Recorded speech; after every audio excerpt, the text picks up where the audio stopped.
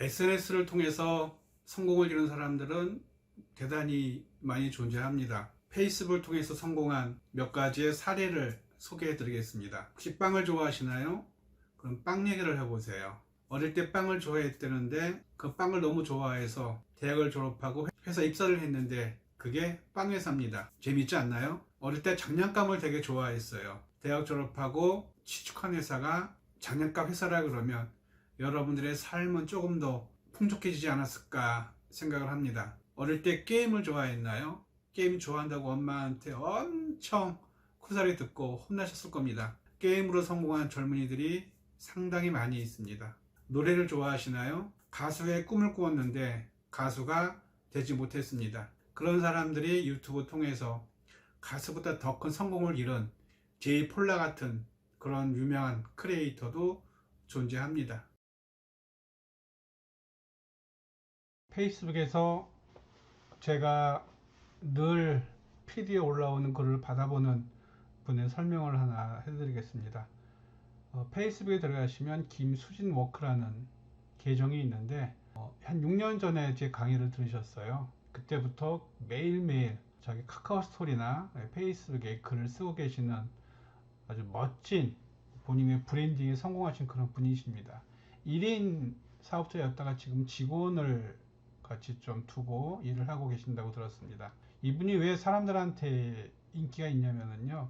자신이 알고 있는 자신이 체험한 자신이 경험한 모든 노하우들을 가감 없이 페이스북에 글로서 올려주고 있기 때문에 많은 사람한테 사랑을 받고 있습니다. 분명히 돈을 내고도 들을 만한 그런 내용임에도 불구하고 이번의 경우에는 모든 컨텐츠를 다 무료로 올려주니까 많은 사람들이 이분의 팬이 되고 있더라고요. 내가 진짜 필요한 정보가 어디 찾아봐도 없는데 페이스북에 들어오니까 이분이 그런 걸 올려줬어. 그럼 이분의 팬이 될 수밖에 없는 거죠. 여러분들의 하고 있는 일이 잘 되려 그러면 일단은 제일 중요한 게 그들에게 필요한 좋은 정보들을 무료로 제공해서 사람을 많이 모아보시기 바랍니다. 편을 많이 만들자는 그런 이야기입니다. 내 편이 많으면 나를 도와주거든요. 나를 응원해주고. 우리가 뭔가를 만들었을 때 물건을 팔고자 한다 그러면 어딘가 알려야 됩니다. 근데 알릴 만한 공간이 없으면 알릴 수가 없잖아요. 내가 블로그도 안 해, 페이스북도 안 해, 인스타그램도 안 해, 유튜브도 안 해, 그 어떤 SNS도 안 해. 그럼 어디 알릴 데가 없습니다. 그렇지 않나요?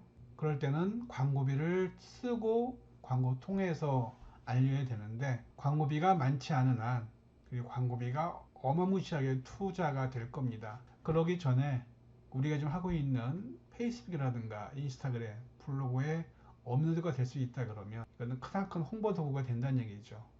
알리지 않으면 팔리지 않는 시대라는 게 분명한 꼭 명심해 주시기 바랍니다. 이분의 경우에도 본인이 알고 있는 노하우들을 가감 없이 올려서 팬들을 많이 모으고 있는 그런 전략을 취하고 있습니다. 자신이 읽었던 책 내용에 있는 좋은 정보들, 일반인이 미처 보지 못한 그런 인사이트를 본인 생각으로 느껴서 글을 써서 많은 사람들한테 좋은 정보를 제공하고 있습니다.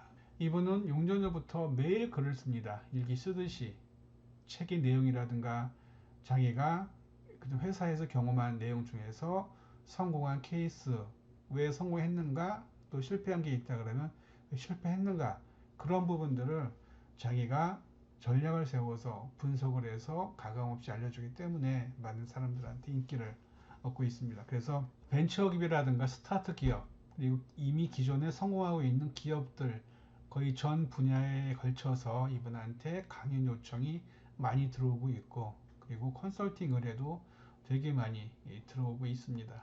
그리고 이분의 글은요, 간결합니다. 군더더기가 없어요. 필요한 내용들을 딱딱 집어줍니다. 그래서 많은 사람들이 더 좋아하고 있는 그런 분이시기도 합니다. 사업하는 사람들은 항상 어떻게 알릴까를 고민하고 있잖아요. 그런 고민거리를 해소해주는 그런 분이 이분이기도 합니다. 우리가 알고 있는 해시태그라는 게 있습니다. 샵 있죠? 여러분들이 뭔가를 할 때 유입을 시켜야 되는데 그게 해시태그로도 가능하더라고요. 제가 하고 있는 해시태그가 배워야 번다 라는 키워드로 쓰고 있습니다. 그래서 모든 글을 쓸 때마다 배워야 번다를 입력하거든요. 그러면 사람들이 제 글을 읽고 공유를 해준다고 만약에 한다 그러면 그 글은 공유한 사람의 피드에 또 뜨겠죠. 그렇게 널리 알려줄 수 있는 게 바로 해시태그입니다. 여러분들의 경우에도 여러분들만 해시태그를 만들어서 운영해 보시기 바랍니다. 의미 없이 쓰는 해시태그보다는요, 특정 목적을 가지고 쓰는 해시태그가 되게 필요한 그런 시기이기도 합니다. SNS는 해시태그잖아요. 해시태그 통해서만 유입을 시키는 게 되게 필요한 부분이고요. 이 글의 경우에는 어떤 신제품이 나왔다거나 출시할 때 뭐에 집중을 해야 되는가, 이런 부분을 이분의 관점에서 경험에 의해서 글을 써주고 있죠. 이런 것들은 제품을 판매하는 사람들한테 진짜 큰 인사이트 제공해주고 있거든요. 그리고 또한 이분이 이렇게 추천해주는 책이 올라오잖아요. 그럼 전 이분이 올린 이 책을 항상 구매해서 보고 있습니다. 왜? 신뢰가 가는 사람이니까. 늘 좋은 글을 써주고 있으니까. 이분이 이득을 보려고, 물론 속마음은 모르겠죠. 이득을 보기 위해 쓰는 글이 아니라 이렇게 일을 해라 라는 경험치를 알려주는 거기 때문에 많은 회사의 임직원분들이 팬으로 많이 활동을 하고 있습니다.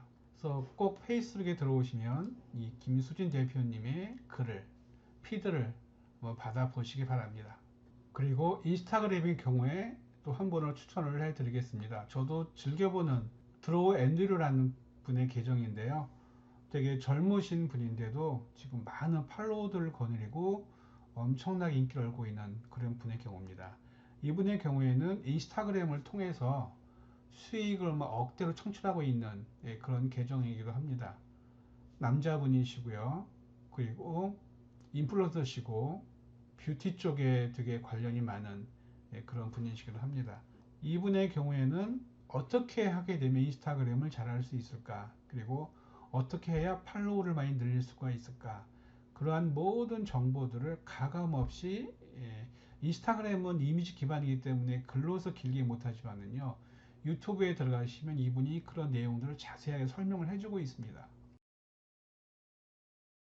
혹시라도 인스타그램으로 나는 뭔가 하고 싶다 라는 분이 계시다 그러면은요, 이 드로우 앤드류라는 계정에 들어가셔서, 특히 유튜브에 들어가셔서 자세하게 한번 살펴보시기를 추천드립니다. 저도 인스타그램 강의를 하고 있지만 그분의 계정을 몰래 엿보서 많은 노하우들을 가져다가 알려드리고 있긴 합니다. 네. 인스타그램은 젊은 층들이 많이 선호하는 그런 채널이기도 하잖아요. 근데 인스타그램 특징이 있습니다. 글보다는 이미지란 얘기죠. 그래서 글로 표현하기 힘든 것들을 이미지 찍어서 올려주는 그런 게 특색이기도 합니다. 여러분들이 손에 들고 있는 스마트폰, 요새 카메라 성능 좋잖아요. 카메라를 가지고서 한번 이것저것 찍어 보시고요. 특히 인스타그램은 사진이 중요하기 때문에 사진 찍는 방법도, 사진 잘 찍는 방법도 한번 공부해 보시면요, 크게 도움 되실 겁니다. 글을 잘 쓰기를 주저하거나 그 실력이 없거나 그런 분들의 경우에는요, 인스타그램을 저는 적극적으로 추천을 해드립니다. 이건 말이 필요 없거든요. 짧은 문장, 그리고 해시태그, 그리고 사진, 이 세 가지만 있으면 되는 게 인스타그램입니다. 또 최근에는 인스타그램에서도 물건을 쉽게 구매할 수가 있습니다. 그거를 쇼핑 태그라 그럽니다.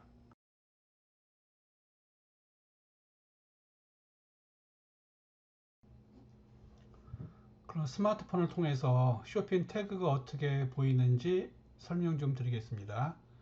인스타 PD에 들어가시면 돋보기 누르시고 한번 원피스 해볼게요. 원피스 하면은 원피스 게시물을 한번 들어가 볼게요. 445만 개의 게시물이 있는데, 인스타그램에서 쇼핑 태그를 보고 구매를 하시려 그러면 이런 게시물을 보시면은요, 상단 우측에 쇼핑백 모양의 아이콘이 보일 겁니다. 이게 쇼핑 태그입니다. 이거를 보다가 이게 마음에 들어, 살까? 그럼 우리의 경우에는 이거를 클릭해서 여기 보시면 옷, 여기에 이 제품에 대한 가격이 나옵니다. 이를 한번 클릭하시면은요, 이렇게 제품에 대한 가격이 나와요. 얘를 또 클릭을 합니다. 그리고 이 제품을 구매할 수 있는 웹사이트로 이동이 돼요. 쇼핑몰로. 그럼 클릭을 해서 이 제품에 대한 상세 페이지가 쭉 나오고 가격이 나올 겁니다. 여기에서 이걸 보다가 마음에 들면 이제 구매를 한다는 얘기죠. 구매하기 클릭을 눌러가지고. 특히 최근에는 인스타그램을 보다가 마음에 드는 제품이 있다 그러면 그 제품을 클릭해서 바로 구매할 수 있도록 연동되는 게 쇼핑 태그라 그럽니다. 판매자들의 경우에는 반드시 이걸 해야겠죠. 왜냐면 인스타그램을 많이 보니까 여성 의류 같은 거라든가 뭐 이쁜 뷰티 제품이라든가 그런 업종들의 경우에는 반드시 쇼핑몰을 만드신 다음에 인스타그램에 쇼핑 태그를 연동을 해야 구매가 발생을 합니다. 내가 만약에 선글라스를 판매하고 싶다. 그럼 선글라스를 인스타그램에다가 업로드 하시고 걔를 클릭하게 되면은 내가 운영하는 쇼핑몰로 이동하는 거기 구매할 수 있는 연동되는 거를 쇼핑 태그라 그럽니다. 학생분들이 만약에 인스타그램으로 뭔가를 판매하고 싶다. 그럼 반드시 페이지를 만드셔야 돼요. 페이스북 페이지. 페이스북 페이지를 만들어서 페이지에다가 샵 기능을 추가하셔야 됩니다. 그 샵에다가 팔 물건을 업로드 하시고 인스타그램으로 오셔서 페이지 샵에 올렸던 제품을 연동하셔야 돼요. 그러면 쇼핑 태그라는 게 만들어집니다. 제가 지하철로 많이 타고 다닐 때 보게 되면 여자분들이 지하철에서 구매를 많이 하시는데 인스타그램을 보고 구매를 많이 하시더라고요. 그러니까 지금 인스타그램은 멋진 사진을 보고 마음에 들면 바로 클릭해서 구매까지 가능한 게 인스타그램의 쇼핑 태그라는 겁니다. 대학 졸업하시고 취업에 너무 목마르지 말라 그랬잖아요. 창업에 도전해 보세요. 창업을 하시면 분명히 여러분들이 원하는 길을 얻을 수가 있을 거고요. 창업을 통해서 여러 가지 비즈니스 전략을 배우신다 그러면요. 어린 나이에도 내가 원하는 바를 이룰 수 있지 않을까라고 저는 생각합니다. 제가 즐겨보는 계정이 드로우 앤드류라는 분의 계정을 많이 보고 있고요. 뭐 쭉 봐보시면 어떻게 글을 써야 되는가, 해시태그를 어떻게 써야 되는가 그런 부분도 자세하게 전략을 배울 수가 있을 겁니다. 모든 성공의 기초는 벤치마킹입니다. 막 시작하는 게 아니라 네가 하고자 하는 거에서 거기서 이미 잘하고 있는 사람들의 계정을 찾아보는 게 되게 필요하고요. 그런 부분 역시 해시태그로 우리가 찾아볼 수가 있습니다. 이제 캠핑을 많이 가는 그런 계절이잖아요. 내가 만약에 캠핑에 대한 계정을 하고 싶다. 그러면 인스타그램 들어오셔서 캠핑이라는 거 한번 쳐보시기 바랍니다. 요새 뭐 캠핑도 갬성 캠핑이라고 많이 나오잖아요. 이렇게 올리시면 물론 일반인들이 올리는 그런 계정들이 많이 있습니다. 예를 들어서 이런 사진에서 내가 뭔가를 클릭하고 싶다 라고 느끼는 가장 기본이 바로 사진이겠죠. 인스타그램의 사진은 직관적이 돼야 돼요. 분위기를 봐줘야 된다는 얘기죠. 클릭해 볼까요? 양평에 오픈한 신상 캠핑장을 소개해 드려요 라고 클릭을 해 보니까 2365명이 좋아하고요. 또 댓글도 많이 써 있습니다. 인스타그램으로 뭔가 하고자 하는 분들은 본인이 원하는 해시태그를 기입하셔서 거기에 있는 많은 게시물들을 봐보시기 바랍니다. 그리고 혹시라도 내가 인스타그램에서 사업을 한다 그러면은 인기 게시물이라는 게 있고요. 최신 게시물이 있습니다. 인기 게시물은 팔로우들이 많은 사람이 올리는 게시물이 노출되고요. 최근 사진은요. 인기는 없지만은 최근에 올린 사진들을 보여주는 계정들입니다. 인스타그램으로 혹은 모든 사업이 마찬가지인데 뭔가를 팔려 그러면 내 물건을 살만한 대상들은 사업가가 아니라 일반인들입니다. 그렇죠? 일반인들은 인기 게시물보다는 최근 사진에 많이 몰려 있습니다. SNS는요, 친구를 사귀어서 그들과 소통을 통해서 뭔가를 이뤄내는 과정의 연속입니다. 그렇다면 우리는 친구 신청을 해야 돼요. 팔로잉을 해야 돼요. 그러기 위해서는 최근 사진에 있는 이런 일반인들이 올렸던 게시물에 들어가셔서 여기에 있는 사람들을 친구로 만들어야 됩니다. 즉, 일반인들을 친구로 사귀셔야 돼요. 유명인들이 아니라. 이들이 올렸다는 이런 내용들은 이 사람은 분명히 캠핑에 관심이 있는 그런 사람일 겁니다. 그럼 내가 캠핑 도구를 판매하고 있다 그러면 이런 일반 캠핑을 좋아하는 일반인들을 팔로우 해야겠죠. 그럼 들어가셔서 팔로우를 하시면 돼요. 나와 똑같은 물건을 판매하고 있는 판매자들이 많은 계정을 팔로우하는 게 아니라 내 물건을 쓰고 있는 일반인들의 계정에 들어가셔서 이런 사람들을 팔로우를 하셔야 된다는 얘기죠. 그런 다음에 내 계정에다가 이런 사람들이 좋아할 만한 그런 사진을 올리는 게 되게 필요합니다. SNS는요, 내 편을 많이 만드는 플랫폼을 만드셔야 돼요. 플랫폼도 아시죠? 정류장이잖아요.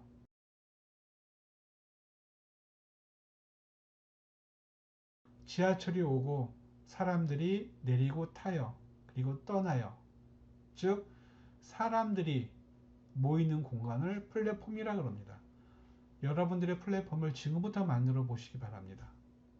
그럼 분명히 내가 원하는 것 이상의 그런 결과물들을 얻을 수가 있지 않을까 싶습니다. 블로그를 하신다 그러면 몇 가지 팁을 좀 기본적인 사항을 말씀 좀 드릴게요. 흔히 떠도는 카더라 정보 있잖아요. 뭐 제목을 바꾸면 저품질에 걸린다. 본문 수정하면 저품질에 걸린다.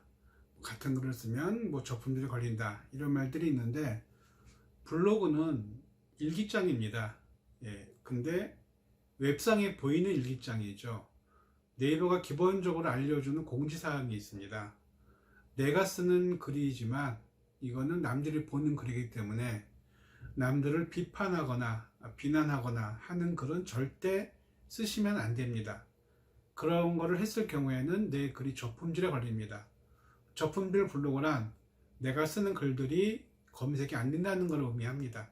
검색이 되더라도 저 뒤에 무인도에 빠져서 아무도 찾아오지 않는 그런 블로그로 전략하는 거를 저품질 블로그라고 그러고요. 그런데 저품질 블로그라는 말도 마케팅 대행사들이 만든 말입니다. 네이버에서는 그런 말을 쓴 적이 없고요. 어떻게 쓰고 있느냐? 검색 제한이라 그럽니다. 검색 제한이라는 것은 내 글이 검색에 제약에 따른다는 그런 의미를 말하는 겁니다. 우리가 블로그에 글을 썼다가 노출이 되잖아요. 그러면 어떤 글은 1페이지에 뜨고 어떤 글은 3페이지, 4페이지, 어떤 글은 10페이지에 뜨는 경우가 있습니다. 만약에 내 글이 2페이지 뒤에 있다거나 그러면 순위를 올려야 되겠죠. 그러기 위해서는 내 글을 수정을 하시면 됩니다. 제목도 수정이 가능하고요. 본문 내용도 수정이 가능합니다. 그런데 내가 썼던 글이 3페이지 첫 번째 있었는데 수정해서 올렸는데 오히려 10페이지로 이동을 했다. 이런 경우가 있고요. 3페이지에 있던 글을 수정을 했는데 1페이지로 올라올 경우가 있습니다. 이 두 가지 변화가 왜 생겼을까요? 첫 번째, 내가 수정했던 글이 그전 글보다 좋게 수정이 됐다 그러면 순위는 앞으로 당연히 올라올 겁니다. 그러나 내가 수정한 글이 그전에 썼던 글보다 뒷페이지에 온다 그러면 그 글은 그전 글보다 안 좋아서 그런 겁니다. 즉, 글의 컨텐츠 내용이 좋으면 앞으로 올라가고요.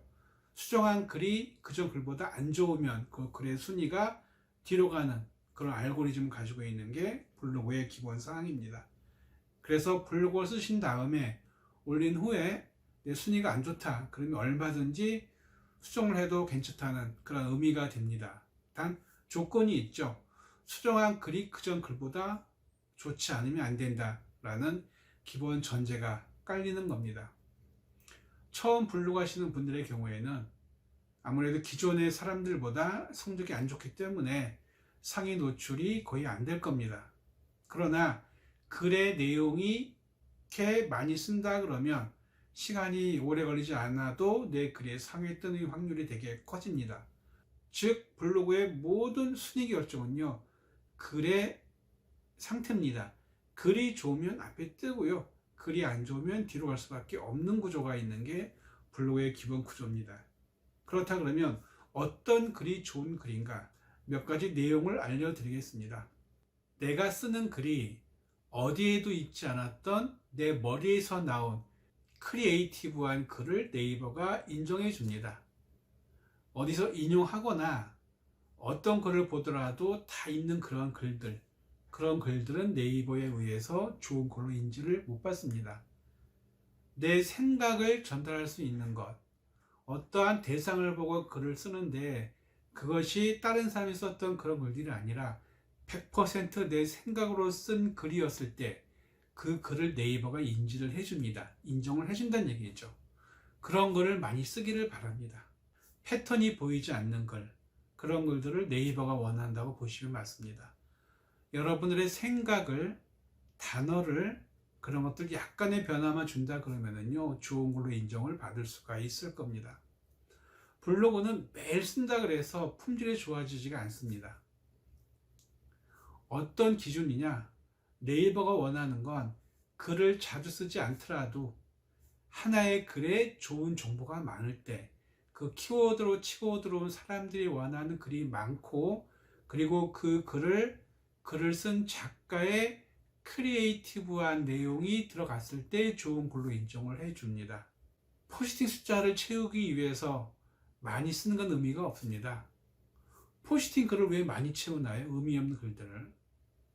하나의 글을 쓰더라도 여러분들의 가지고 있는 생각을 크리에이티브하게 발전시켜서 글을 자주 쓴다 그러면은요, 여러분들의 블로그의 글들이 멀지 않아서 상위에 뜨는 놀라운 경험을 하실 수가 있을 겁니다. 시중에 떠도는 카드가 되게 많습니다. 매일 1일 포스팅해야 최적화 블로그가 된다.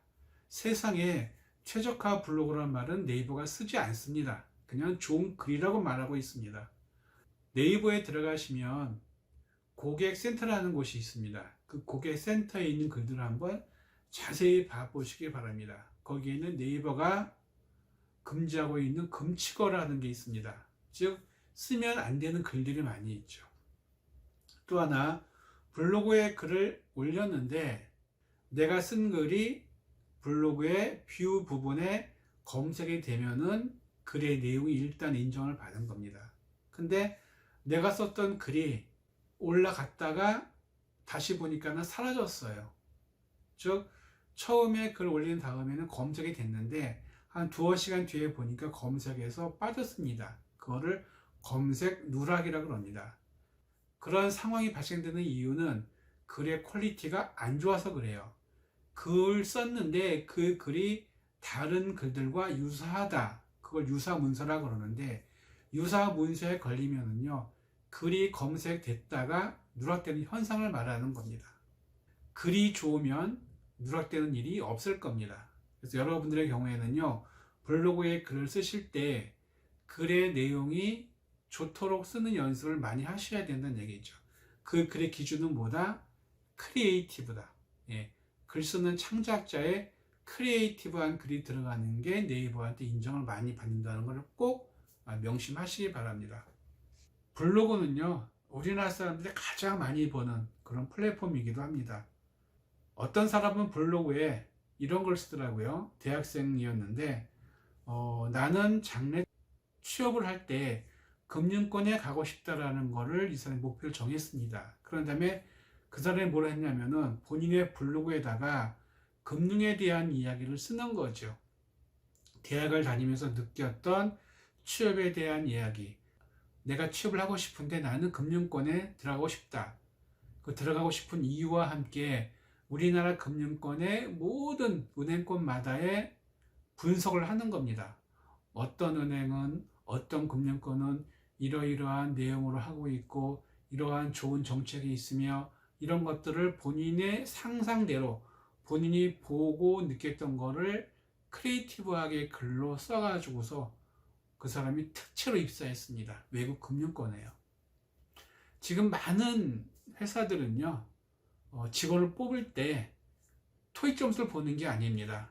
그 사람이 SNS에서 어떤 생각을 가지고 있는가, 그런 거를 찾아다녀요. 작가들이라든가 인사권자들이. 그렇기 때문에 여러분들이 원하는 바를 전공이든 아니든 간에 그러한 내용들을 블로깅을 통해서 검색됐을 때 여러분들한테 큰 행운을 가져다 줄 것입니다. 이거 하나만 기억하자고요. 채용을 하고자 하는 기업들이라든가 어떤 방송이라든가 미디어에서는요, 어디에나 있는 그저 묻혀가는 그런 사람들을 원하지 않습니다. 그 부류에서도 특이한 사람들, 다른 사람들을 원합니다. 즉 사람이 다르고 컨텐츠가 다른 걸 원한다는 얘기죠. 그거는 IQ와 상관이 없고요, 지식과 상관이 없습니다. 오로지 여러분들의 상상력입니다. 여러분들의 상상력을 총동원하셔서 크리에이티브하게 어딘가에 기록을 해보시기 바랍니다. 그럼 뜻하지 않게 그런 것들이 많이 반복되다 보게 되면은요, 분명히 여러분들의 컨텐츠는요, 누군가에 의해서 공유되거나 알려질 것이고요, 또 누군가에 의해서 선택을 받을 겁니다. 선택을 받은 후에는 여러분들이 나중에는요, 스스로 내가 내 것을 선택할 수가 있다는 얘기죠. 즉 처음에는 남에 의해서 선택을 받겠지만 결국에는 내가 다른 것을 택할 수가 있다는 그런 이야기가 됩니다. 혹시 여러분들 중에서 나도 SNS로 한번 뭔가 해보고 싶다, 그런 분들을 위한 한번 책을 하나 추천해 드립니다. 저도 읽었던 책인데 그냥 특출나지 않은 그런 사람들의 이야기인데, 그런 사람들이 성공한 그런 케이스들입니다. 예가 많이 있고요. 책 이름이 SNS로 부자가 된 사람들이라는 책입니다. 꽤 내용 괜찮습니다. 특별한 사람이 올린 글이 아니라, 특별한 사람이 성공한 글이 아니라 일반인들이 운영하면서 성공한 그런 내용으로 이루어진 책이기도 합니다. SNS라는 거는요, 특출한 게 아니라는 걸 한 번 더 말씀드리고 싶습니다. 얘가 가지고 있는 컨텐츠, 그거를 진실되게 내용 전달에 충실하게, 그리고 나만의 크리에이티브를 가지고 전략을 운영한다 그러면 우리가 학교 재학 중에도요, 뭔가 또 하나의 내 브랜드를 얻을 수 있는 그런 길이기도 하지 않을까 생각을 합니다. 한 번 더 강조드리는 건 취업이 능사가 아니란 얘기죠. 창업을 통해서도 여러분들의 꿈을 이룰 수가 있고요, 제 생각엔 그거는 빠르면 빠를수록 좋지 않을까 생각을 합니다. 정리 좀 해드릴게요. SNS는 내 편을 만드는 과정의 연속입니다.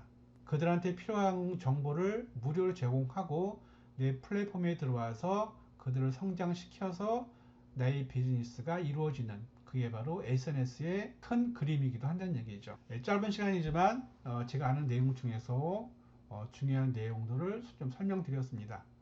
여러분들의 성공을 기원합니다.